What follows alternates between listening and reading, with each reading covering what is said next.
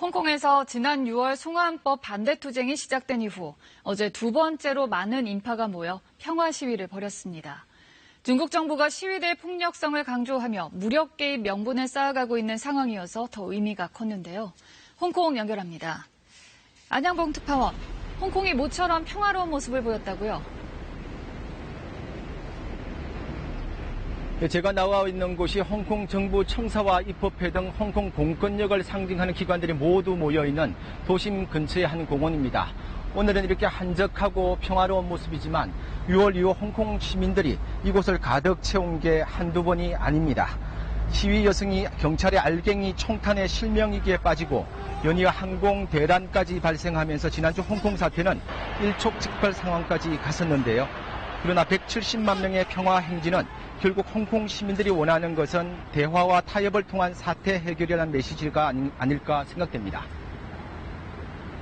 네, 트럼프 미국 대통령이 홍콩 사태에 대한 발언 수위를 계속 높이고 있는데 앞으로 홍콩 사태 어떻게 진행되겠습니까?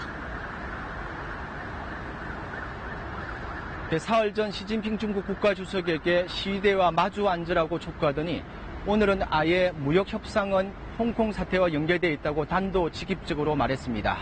또 다른 천안문이 발생한다면 무역 합의는 아주 어려울 것이라고도 밝혔는데요. 트럼프 대통령이 홍콩 문제를 두고 천안문 사태를 언급한 것은 이번이 처음입니다. 이런 가운데 연일 무력 시위를 하던 중국 정부는 오늘은 홍콩과 마주하고 있는 선전 개발 계획을 발표했습니다. 경제적으로도 홍콩을 압박한 것으로 보입니다. 시진핑 주석도 오늘 옛 중국 공산당 홍군의 대장정 정신을 강조했는데요. 무역전쟁과 홍콩 사태에 대해 원칙적으로 가겠다는 메시지로 해석됩니다. 그러나 송환법 사태 이후 홍콩 시민 10명 중 4명이 홍콩 정부 신뢰도에 0점을 줬다는 조사에서 나타나듯이 현 사태 해결 주체인 홍콩 정부에 대한 신뢰도는 바닥을 치고 있습니다. 당분간 위태위태한 국면이 계속될 것이라는 게 전문가들의 분석입니다. 네, 홍콩에서 안양봉 특파원이었습니다.